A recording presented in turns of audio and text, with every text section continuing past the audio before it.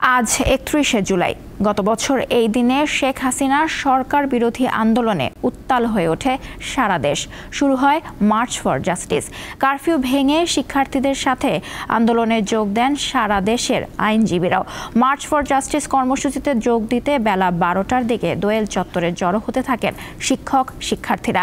আন্দোলনে যুক্ত হয় বুয়েটের তরুণরাও। পুলিশি বাধা উপেক্ষা করেই হাইকোর্টের অভিমুখে যেতে থাকে মানুষের স্রোত।